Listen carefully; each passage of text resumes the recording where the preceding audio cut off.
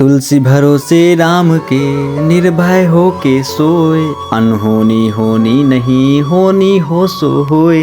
इस दोहे के माध्यम से तुलसीदास जी हमें बताते हैं कि भगवान पर भरोसा करें और किसी भी प्रकार के डर के बिना शांति से सो जाइए। कुछ भी अनावश्यक नहीं होगा और अगर कुछ अनिष्ट होना भी है तो वह घटित होकर रहेगा। चलिए जानते हैं भक्ति काल के सगुण काव्य धारा के राम भक्ति शाखा के प्रतिनिधि कवि माने जाने वाले संत शिरोमणि तुलसीदास जी की जयंती और उनके जीवन के बारे में। ऐसा माना जाता है कि तुलसीदास जी का जन्म श्रावण मास के शुक्ल पक्ष की सप्तमी तिथि को संभवतः संवत 1532 ईस्वी को उत्तर प्रदेश के बांदा जिले के राजापुर गांव में हुआ था। इसलिए इस दिन भक्तगण उनकी जयंती मनाते हैं। कहा जाता है कि जब तुलसीदास जी का जन्म हुआ तो वह रोए नहीं बल्कि मुख से राम का नाम निकला था। तब से उनके बचपन का नाम ही राम बोला पड़ गया।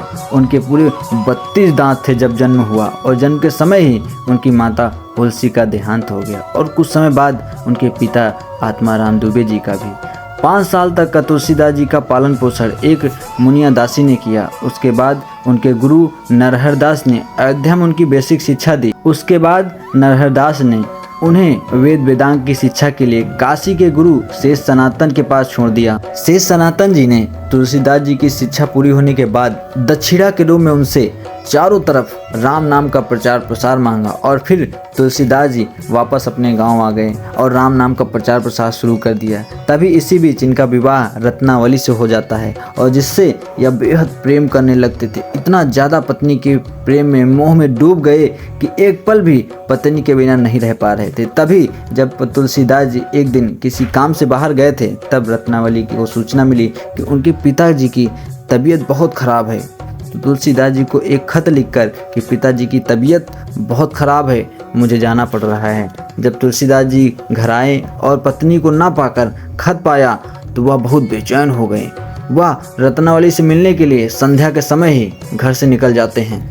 तभी अचानक बारिश होने लगती है, आंधी तूफान चलने लगता है। रास्ते में नदी को पार करके जाना पड़ता था। रात्रि में नाव ना मिलने के कारण वह बहती लाश को नाव समझकर उस पर सवार होकर रत्नावली के घर रात्रि में ही पहुंच जाते हैं। तब तक सभी लोग सो चुके थे। पत्नी के प्रेम मोह में तुलसीदास जी इस कदर डूब चुके थे, पेड़ पर लटकते सांप को रस्सी समझकर घर के अंदर प्रवेश कर गए। बाद में उन्हें पता चला पर रस्सी नहीं बल्कि वह सांप था। इस कदर घर पहुंचने पर रत्नावली ने उनको तीखे शब्दों से उनको उनके जीवन के उद्देश्य को याद दिलाया। लाज ने आवत आपको दौरे आया हूँ साथ, धिक धिक ऐसे प्रेम को कहाँ कहो मैं नाथ, अस्थि चर्म मैं देहया तासो ऐसी प्रीत, नेक जो होती राम से तो काहे भवभीत। स्वामी आपको तनिक भी लज्जा नहीं आई, इस हाड़ मास से बने शरीर के लिए दौड़े चले आए। धिक्कार है ऐसे प्रेम को। जितना प्रेम आप इस हाड़ मास के शरीर से करते हैं उतना ही अगर आप प्रभु श्री राम से करते हैं तो आपका उद्धार हो जाता, आपका जीवन सुधर जाता, जीवन बन जाता।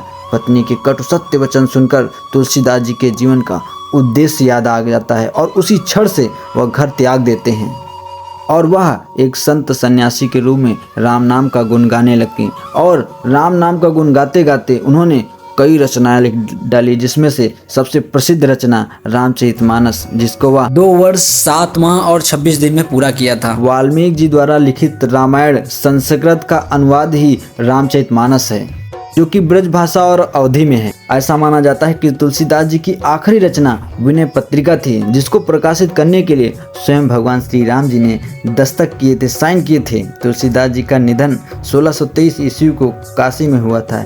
इनकी मृत्यु के संबंध में एक दोहा बहुत ही प्रसिद्ध है। सम्मत 1680 80 गंग के तीर, श्रावण शुक्ला सप्तमी तुलसी तजो शरीर।